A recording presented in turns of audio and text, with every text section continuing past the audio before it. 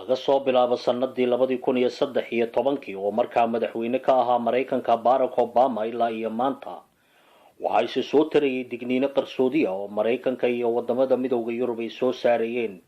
wareegtooyinka digniinta ayaa farayay hay'adahooda dawliga ah inay ka digtoonaadaan talabixinna ka soo saaraan shucaac magnada oo la filayo inay ku soo dayso cadceedu waqti dhow dhulkan aynu korkiisa ku noolnahay.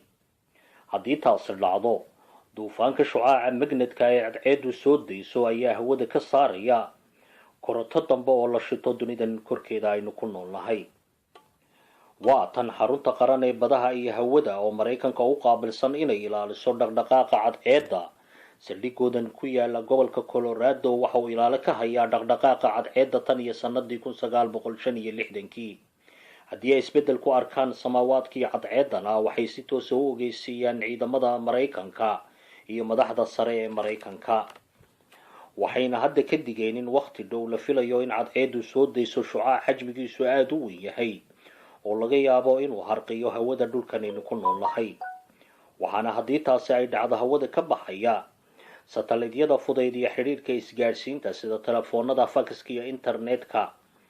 diyaaradaha hawada marayana waa ay soo daadanayaan oo ma shaqayn doonaan maadaama magnadka cadceedu soo dayso uu gubayo wax walba oo koronto ku shaqeeya oo elektarooniga oo dunidan ka shaqeeya. waxa kale oo fadhiisanaya warshadaha korontada oo shucaacani gubayo, waxaana mar kaliya ololaya xargaha korontada oo dunida oo dhan. waxaana ciladoobaya oo fadhiisanaya isgaarsiinta tareemada, baabuurta iyo kombiyuutarada.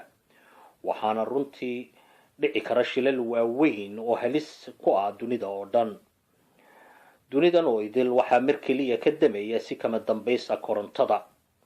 waxaana markaa kadib istaagaya dhaqdhaqaaqa nolol maalmeedka ee ka jira adduunkan aynu ku noolnahay oo dhan.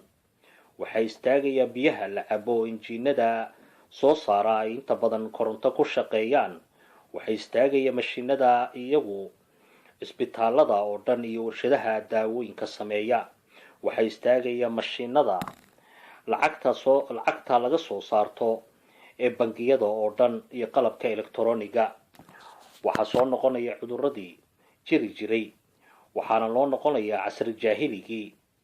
waxaa lagu soconayaa fardaha, geela iyo doonyaha shiraaca leh. mana jiri doono diyaarad, dubaabad iyo qori.